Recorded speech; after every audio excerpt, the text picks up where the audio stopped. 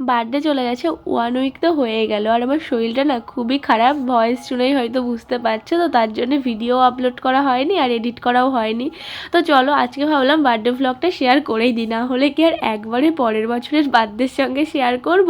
তো দেখো এখানে আমার এত আনন্দের কারণ হচ্ছে এই চকলেট বক্সটা নিয়ে। আমি তো চকলেট খেতে খুবই ভালোবাসি, আর এখানে আমার ফ্রেন্ড আমাকে একটা চকলেটের এরকম একটা সারপ্রাইজ বক্স গিফট করেছে, আর যেটা দেখে আমি খুবই হ্যাপি হয়ে গেছিলাম।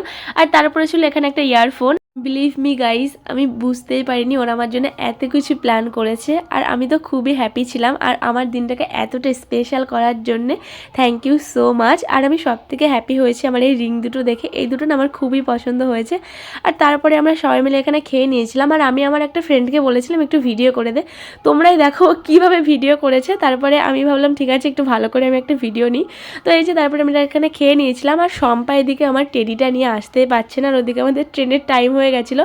আর বাড়ি এসে এইসব খেয়ে কেটে নিয়েছিলাম পাখির সঙ্গে কেক, আর আমার দিদি জিজু সোনারাও এসেছিলো। বেশ মানে ভালোই কেটেছিল দিনটা। আর এই দেখো এখানে আমি আর আমার পাখি কাটছি কেক, আর এখানে যে আমার সোনা কি করছে দেখো, টুকটুক করে কেকগুলো খাচ্ছে। আর ওকে এখন ভিডিওটা এডিট করতে করতে মনে হচ্ছে ওকে একটু চটকে দিই।